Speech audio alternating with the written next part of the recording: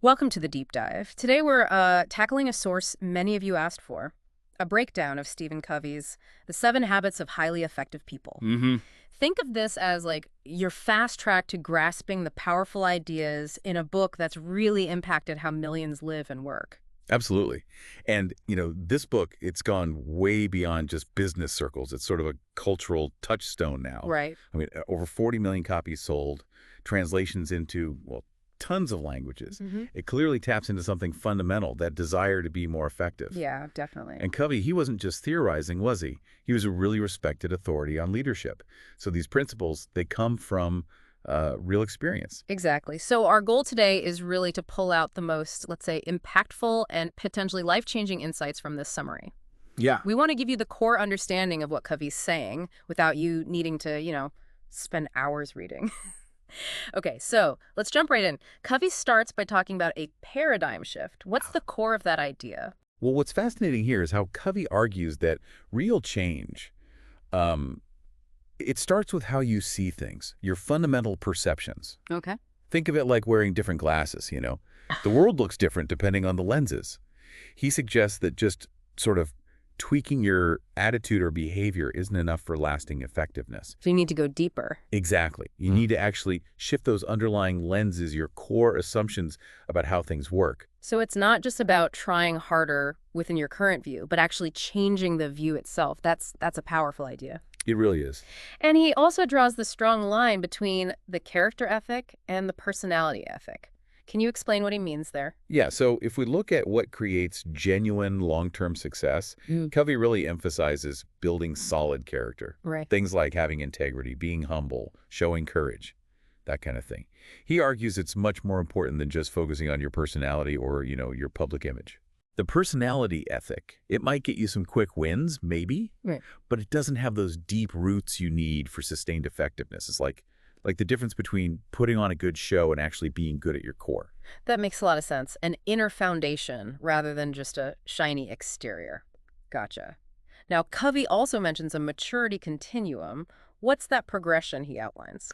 Okay, so this is a really key framework for understanding the 7 habits. Covey proposes we grow through these stages of maturity. Stages. Yeah, first dependence, where we rely on others, right? Yeah. Then we move to independence, becoming self-reliant. Mm-hmm. And finally, interdependence. And he believes that's the most advanced and effective stage. Interdependence. So working well with others. Exactly. It's about being able to collaborate effectively, work really well with others, while still being your own person. And the 7 habits, they basically provide a roadmap for moving along that continuum. Okay, so the habits are like steps on this journey towards interdependence. Let's dive into habit 1 then. Be proactive. What's the central idea here? Habit 1, um, it really boils down to taking responsibility for your life. Okay, responsibility. Yeah. It's the fundamental understanding that you are the primary creative force in your own life. Proactive people, they don't blame outside factors for their behavior. They own it. They own it. Mm-hmm. They recognize their ability to choose how they respond to whatever happens to them. It's about that little gap, between what happens to the stimulus and how you react, the response. That pause. And realizing you have control in that space. That's the key. And in that pause, Covey says we have some unique human gifts that give us that power of choice. What are those gifts again? Yes, the 4 unique human gifts, they're crucial. You've got self-awareness, the ability to think about your own thoughts and actions. Mm-hmm. Then conscience, your inner sense of right and wrong. Imagination, the ability to envision possibilities, different outcomes. Right. And finally, independent will sort of freedom, to choose your own actions based on the other 3. These are the tools that let us be proactive, Right. rather than just, reacting on autopilot. And this leads to the idea of the circle of concern and the circle of influence. I think this is a really practical concept for people. Can you break that down? Absolutely. It's super practical. So your circle of concern includes pretty much everything you care about. Like the news, what people think. Exactly. The news, what others think, global problems. Stuff you might worry about but can't directly change. Yeah. Your circle of influence, though, that's made up of the things you can actually do something about. Okay. And proactive people, Covey says, they focus their energy on expanding their circle of influence. Success.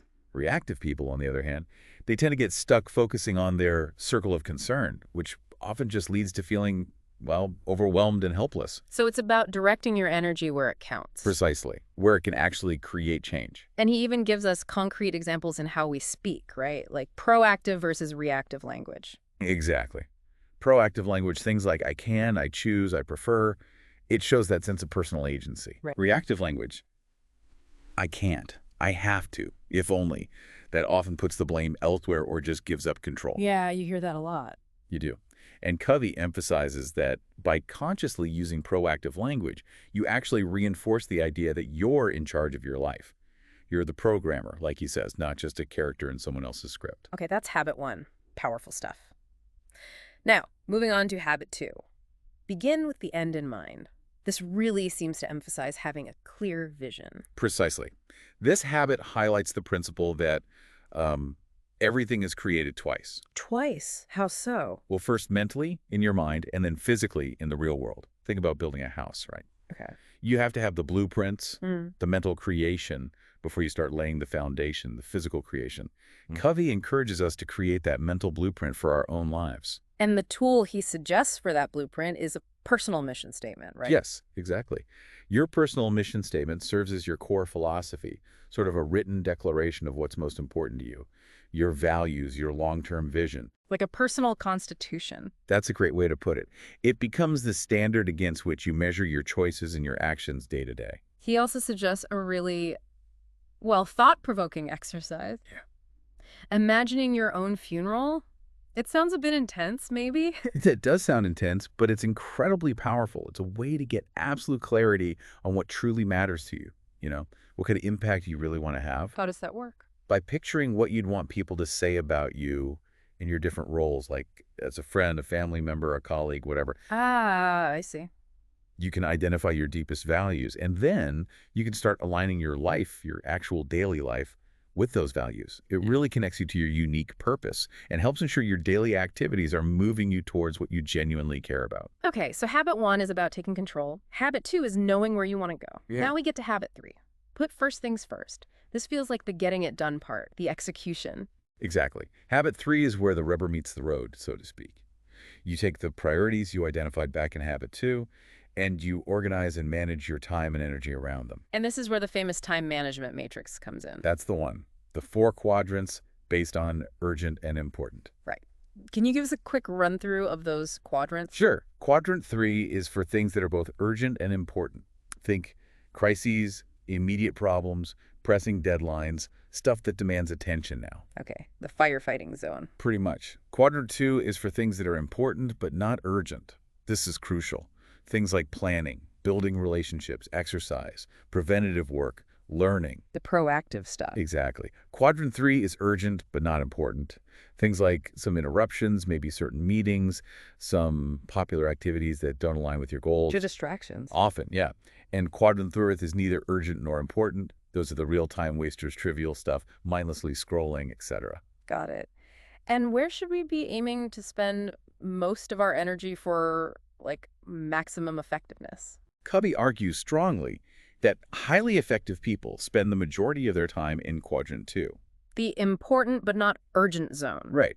Because by focusing on those important, non-urgent activities, they actually prevent a lot of the crises in quadrant from even happening. Ah, makes sense. It's preventative. It's about being proactive with your time, investing in things that yield long-term results, rather than constantly reacting to the urgent. So it requires being really intentional about how you spend your time, not just reacting to whatever feels loudest or most pressing. And sometimes that means saying no, right? Yeah. Even to urgent-seeming things. Precisely. It's about scheduling your priorities, not just prioritizing whatever pops up on your schedule. Yeah. This takes discipline, definitely, and the ability to say no, kindly but firmly, to tasks that don't align with your mission and values from habit 2, even if they feel urgent. You okay? And these first 3 habits together, Covey points out, lead to what he calls a private victory.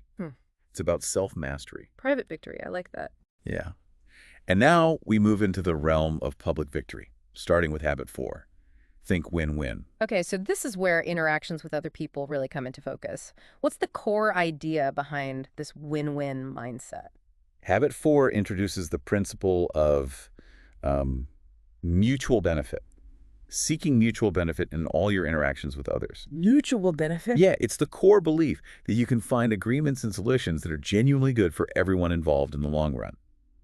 Covey outlines 5 different approaches, or paradigms, of human interaction, Right. and he positions win-win as the most sustainable for building strong, lasting relationships. And those other approaches are win, lose, lose, win, lose, lose. And then there's also win-win or no deal, right? Can you Yep. quickly explain those and why win-win is better? Sure. Well, win-lose is the competitive model. If I win, you lose. Lose-win is sort of the doormat approach. Go ahead, walk all over me. Yeah. Both create instability Yeah. because someone ends up feeling resentful or taken advantage of. Makes sense. Lose-lose often happens when 2 win-lose people clash. They're both stubborn, maybe driven by ego, and everyone ends up worse off. Yeah, you see that sometimes. You do. Win-win, on the other hand, focuses on cooperation, not competition. It builds trust, strengthens connections. And win-win or no deal is a really mature backup plan. How so? It means if you genuinely can't find a solution that benefits everyone, you agree to disagree agreeably. You walk away without damaging the relationship, leaving the door open for the future. So it's not necessarily about compromise where everyone maybe gives up something they don't want to? Not necessarily, no. Yeah. It's more about finding a creative third alternative where everyone actually feels like they've gained something valuable. It requires looking beyond just my way or your way. Okay, that's a higher level of thinking. How do we actually put win-win thinking into practice? Is there a process? Covey suggests a process, yeah. It starts with really trying to see the situation from the other person's point of view. Seek first to understand, which is habit 5, actually. Ah, foreshadowing. Exactly. Then, identify the key issues and concerns from everyone's perspective. Figure out what results would constitute a real win for all parties involved. And then, collaboratively, explore new options that can lead to those win-win results. It sounds like it takes effort.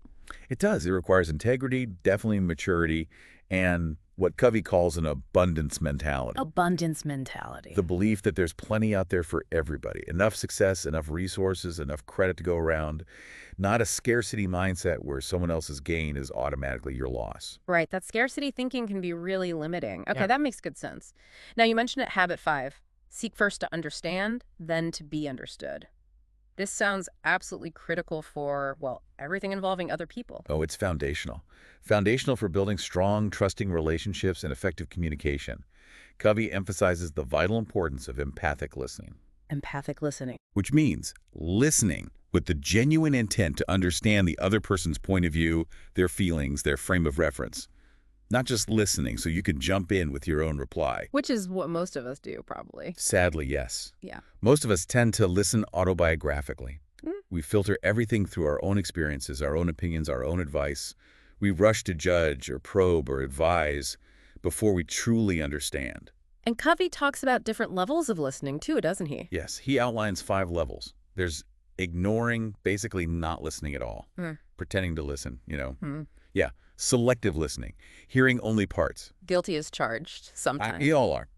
Then there's attentive listening, paying close attention to the words being said. But the highest level is empathic listening, And that goes beyond just the words. way beyond. It involves listening with your ears, obviously, but also with your eyes, noticing body language, and with your heart, trying to sense the feeling and meaning behind the words. Really trying to step into their shoes, see the world as they see it. Wow. So you really need to get where someone else is coming from before you can effectively communicate your own point. Absolutely. It's only when you truly grasp the other person's perspective, their needs, their concerns, that you can then tailor your own communication in a way that they'll actually hear and understand. Makes sense. You have to speak their language, in a way. Exactly. Covey advises presenting your own ideas eventually, but frame them in terms of their needs and concerns. This whole habit is essential for building up what he calls the emotional bank account. The emotional bank account, like trust deposits. Precisely. Every time you genuinely seek to understand someone, you make a deposit of trust in that relationship. When you need to be understood, or if you make a mistake, you have reserves to draw upon. I like that metaphor. Okay, we're moving quickly. On to habit 6. Synergize. This sounds like it's about the magic of teamwork. Sort of, yeah. Synergy is about creating third alternatives. Solutions or outcomes that are better than what any single person, or even the sum of individuals, could have come up with alone. So 1 + 1 = 3, or more. That's the classic way to put it, yes. The whole is greater than the sum of its parts. True synergy happens when you genuinely value and respect the differences in people, different perspectives, different strengths, and collaborate openly. So it's not just about agreeing or compromising where maybe everyone loses a little. Right. It's about leveraging those differences creatively. Covey contrasts defensive communication, Well, where people are protecting their own positions, very guarded, yeah. with synergistic communication, where the shared goal is to explore and discover totally new possibilities together. Okay, that sounds exciting, but maybe hard to achieve. It can be, yeah. Synergy requires real openness, high levels of trust, which you build with Habit 5, and a willingness to move beyond simple compromise towards genuine creative cooperation. Brainstorming, when done well, can be an example of synergy. Where different ideas spark new ones. Exactly. Different ideas build on each other, perspectives clash constructively, and something new emerges that nobody thought of initially. It's about recognizing the immense value in mental, emotional, and psychological diversity. Not seeing difference as a threat, but as an opportunity. That's a great way to look at it. Yeah. Okay, and finally we arrive at habit 7. Sharpen the saw. This sounds like it's all about self-care, taking care of yourself. That's a perfect way to describe it. Habit 7 is about renewal. Regularly renewing yourself in all 4 essential dimensions of your life. The 4 dimensions, what are they again? There's the physical dimension, your body, the social-emotional dimension, your relationships and feelings, the mental dimension, your mind, and the spiritual dimension, your core values and purpose. Okay. This habit, Sharpen the Saw, it kind of encompasses all the other habits and makes them sustainable. It's crucial for long-term effectiveness. Can you give us some examples of what renewal looks like in each of those areas, just briefly? Sure. Physical renewal is pretty straightforward. Things like regular exercise, healthy eating habits, getting enough sleep, managing stress effectively. Your basics, but important. Crucial basics. Social and emotional renewal comes from nurturing your important relationships, practicing empathy, habit 5, fostering synergy, habit 6, contributing to others. Right. Mental renewal includes activities like reading widely, writing, continuous learning, planning, visualizing. Habit 2, keeping your mind sharp and engaged. And spiritual. Spiritual renewal is very personal, but it might involve practices like meditation, spending time in nature, prayer, clarifying your values. Habit 2 again, listening to inspiring music, engaging in activities that give you a deep sense of peace or purpose. Covey uses that great analogy here, doesn't he? The woodcutter who's so busy sawing. Yes, so busy sawing that they don't take the time to sharpen their saw. And as a result, their progress slows, they get exhausted, and less effective even though they're working harder. Yeah, that really hits the nail on the head. It seems counterintuitive sometimes to stop and sharpen, but... But it's essential. Neglecting self-renewal in any of these 4 areas might seem productive in the short term, I don't have time. But eventually it leads to burnout, decreased performance, and diminished effectiveness across the board. So taking time to sharpen the saw isn't a luxury. It's an absolute necessity for sustained effectiveness and well-being. It fuels everything else. So, okay, to kind of bring it all together, Covey presents this really principle-centered, character-based approach to being effective. And it really emphasizes starting with that internal work, right? On ourselves before we even get to the interactions. Exactly right. These 7 habits are deeply interconnected. They build on each other logically.